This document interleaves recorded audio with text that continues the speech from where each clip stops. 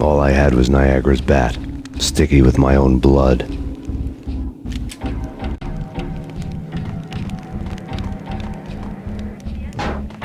Without a gun, I'd be no match for Frankie's men. I'd have to play hide and seek with them. It's Frankie's turn. We'll take care of it. Yeah, so I wouldn't mind having a go at him myself. What the hell?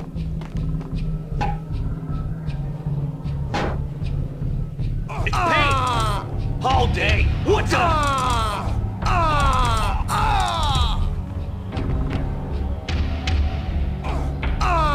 Yo!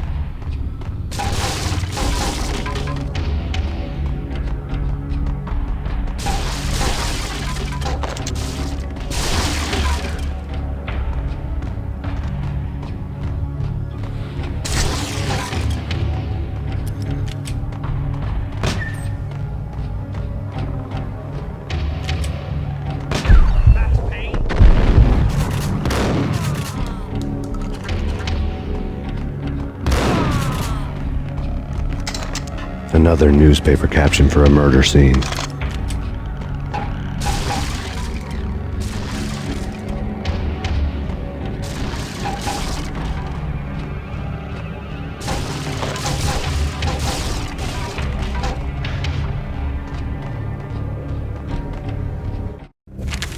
Frankie had left his calling card, a Captain Baseball bat boy strip, next to a sewer passage filled with bodies.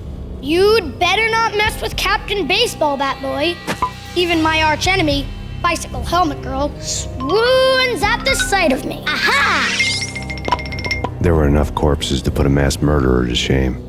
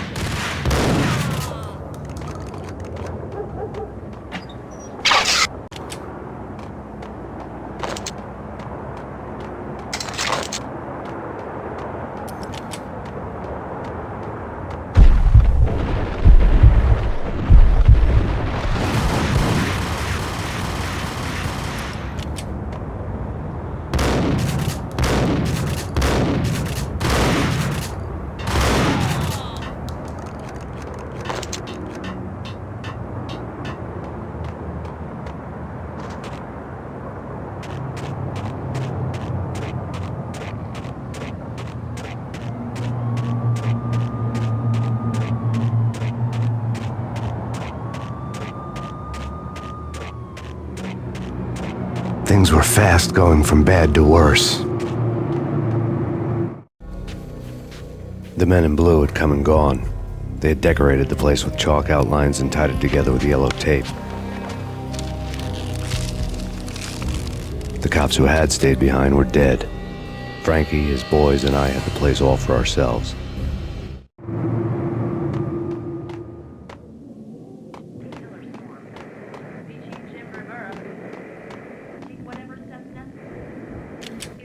Just forget about it. Just forget about it. Hey, just forget about it. That crazy witch, you should have heard her. She was a real scream when the boys caught her trying to cap the Don. Oh, that's friggin' bad. To the trio? That's even worse than what Frankie's doing to that poor bastard downstairs. She's gonna take a long time to die. The mobster muscle on the phone was talking about Mona. Punchinello's trio were nothing but bad news. Payne!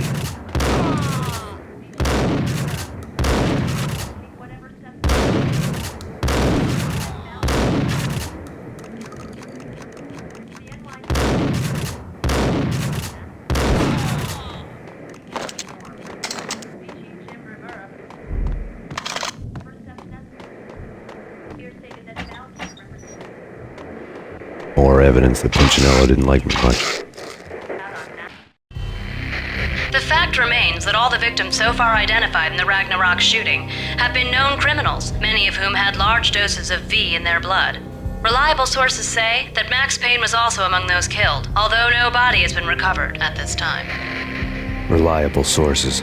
That meant somebody thought the Mafia had me, didn't want the cops snooping around anymore. The body would be delivered to them barely recognizable. Case closed. Don Punchinello had the power to be that reliable source, which was no news. But his news was old news. Framing me hadn't been enough. Don Punchinello had put a hit on me. He wanted me dead, and it had been important enough for him to give written instructions to Frankie about it. Max Payne should die like a dog for the trouble he's caused. Frankie, I know I can trust you to give this matter the dedication it needs.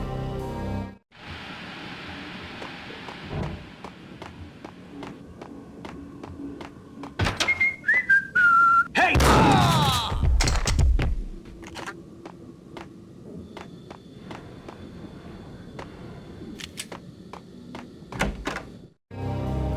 The hotel bar was fast developing quite a history.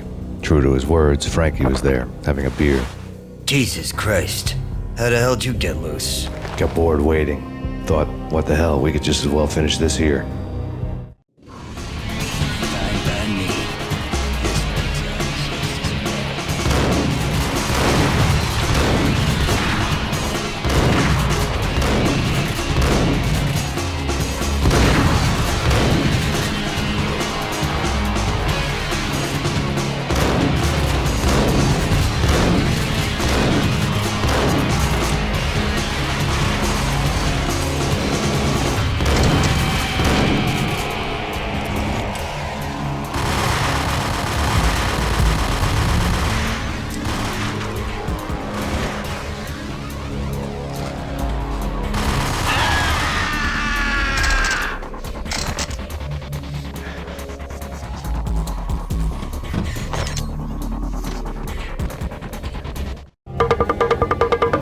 Thank you. You've been a lovely audience.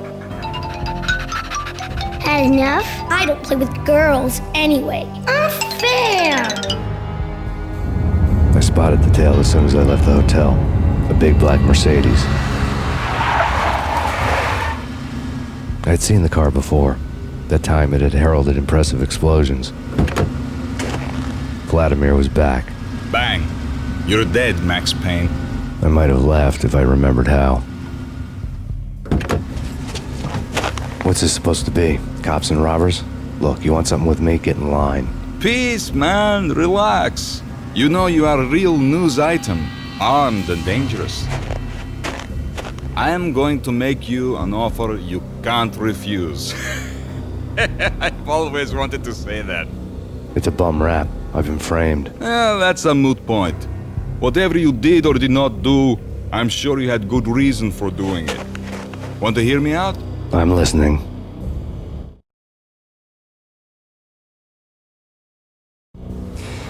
Punchinello messing with V is bad for business all around. But that's not all. There is this guy, Boris Time, used to pull jobs for me. He's the captain of the cargo ship Charon. Now the bastard turncoat has gone over to the other side, Punchinello's.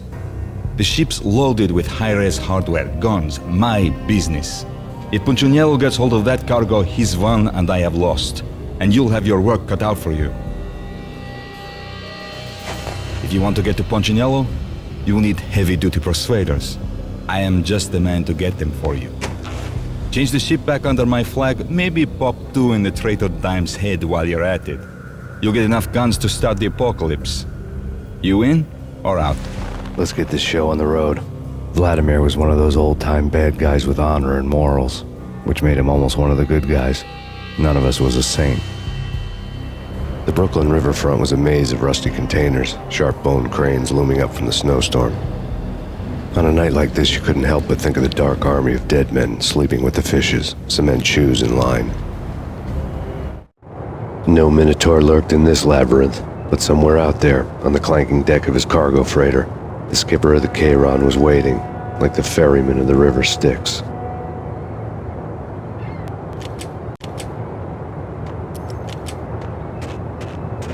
What the?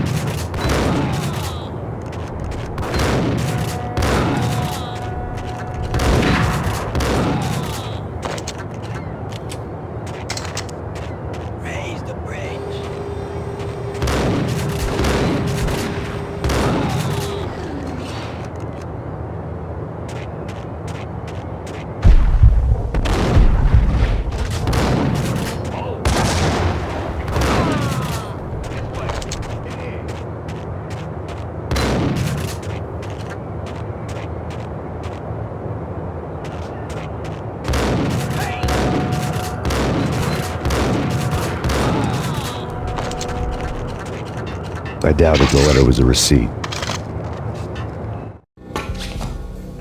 Rico Muerte had come to town to do more than just sort out family troubles. Exhibits number 1, 2, and 3. A briefcase of money, a sniper rifle, and an envelope with one word neatly printed on a folded piece of expensive paper. Mayor. It didn't sound like a mafia contract at all. It was too cold and too to the point.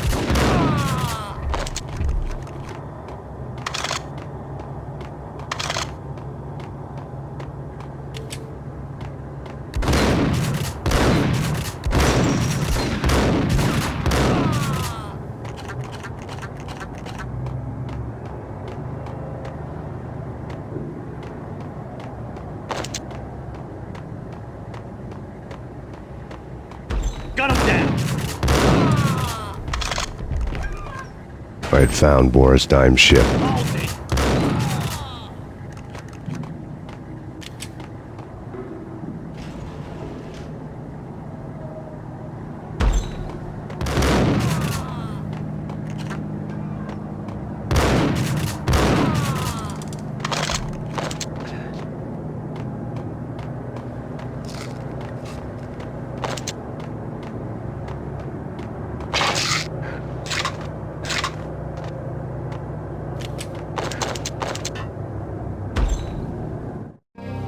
Rust had crept over the sides of the cargo steamer a long time ago.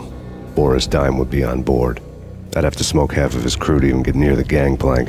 The guns were probably being kept in the hold, buried amidst the rats and oily water.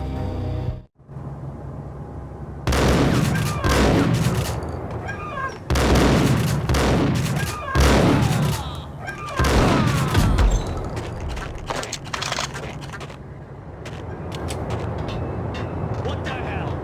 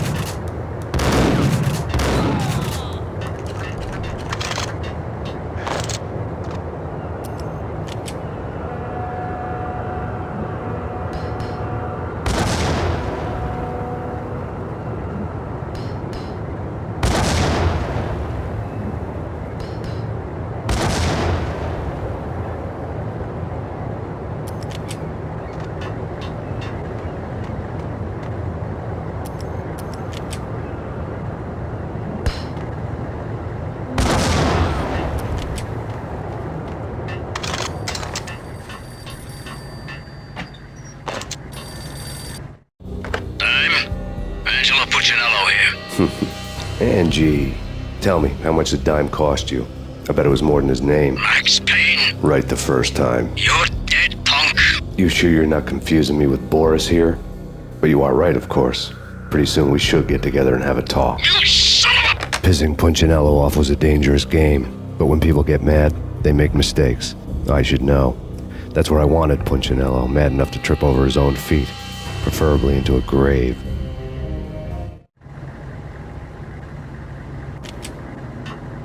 Dime! Dime! Ah! Dime!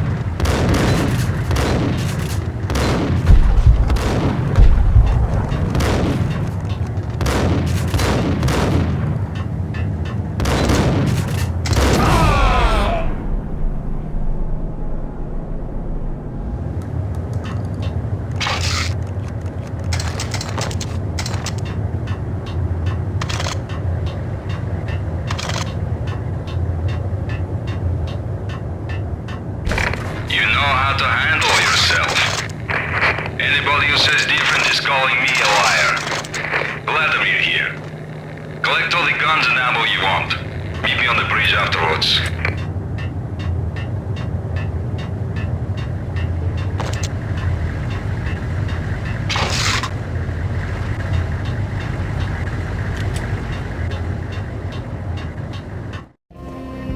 Did you get everything you need? Check.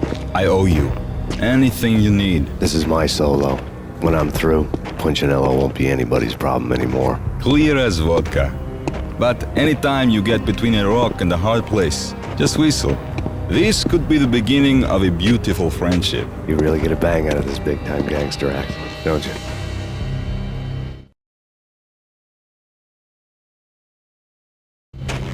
Even with all this firepower, I figured I couldn't get to Punchinello at his manor. I could only hope that he wouldn't pass a chance to hear me beg, to see he's won.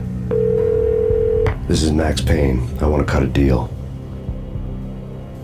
Payne, you're a dead man. That's what everybody keeps telling me. I got your ship and her cargo. I want to meet. No pain, no gain. Capiche? You know my restaurant? Yeah, I know it. 1 hour. Punchinello's restaurant had seen better days. Snow was falling like ashes from post-apocalyptic skies, but that was outside. Things would soon get hot in the Don's restaurant. I knew it was a long shot, Angelo Punchinello actually showing up, but there was no crime in hoping.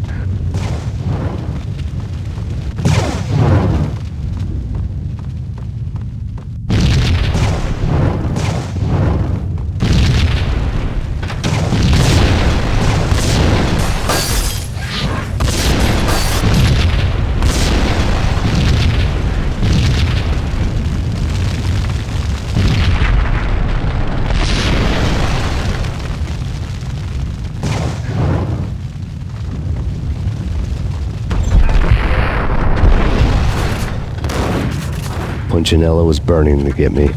The feeling was mutual. He was trying to put out my flames with gasoline.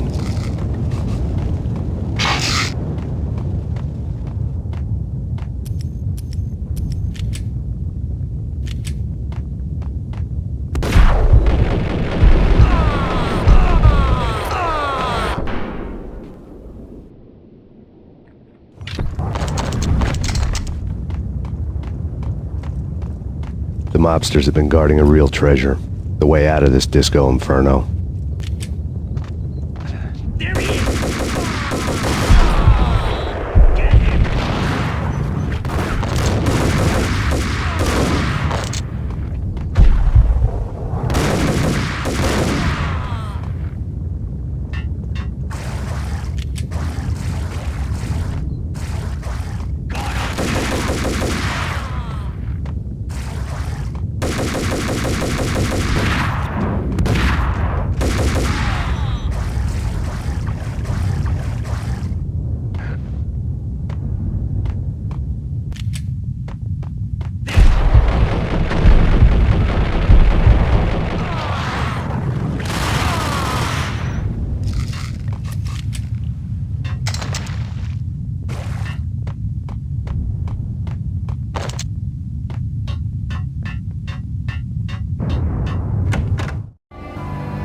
Vlad had seen my smoke signals. The Mercedes was revving to go, almost drowning out the banshee wail of the sirens. You coming? We'll drop you off at the Punchinello Manor. Sounds good to me. When this is over, look me up. I could use a professional like you. I'll keep that in mind.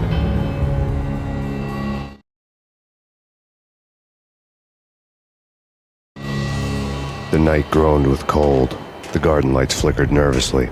In their light, the falling snow was dead white before the darkness ate it up. I had heard the stories. The trio were mad dogs. They'd have hung the heads of their enemies over the manor gates if the capo had only let them. Punchinello wanted Payne, he'd see the pain. The trick in my situation was that there was no trick, no matter what the movies tell you.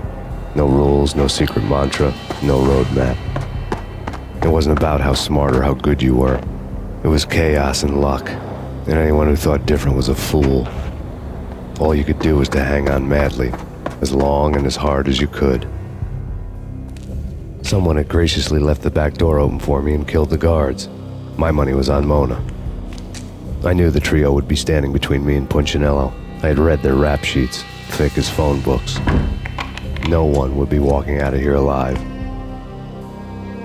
The numbing cold of the broken night had followed me in.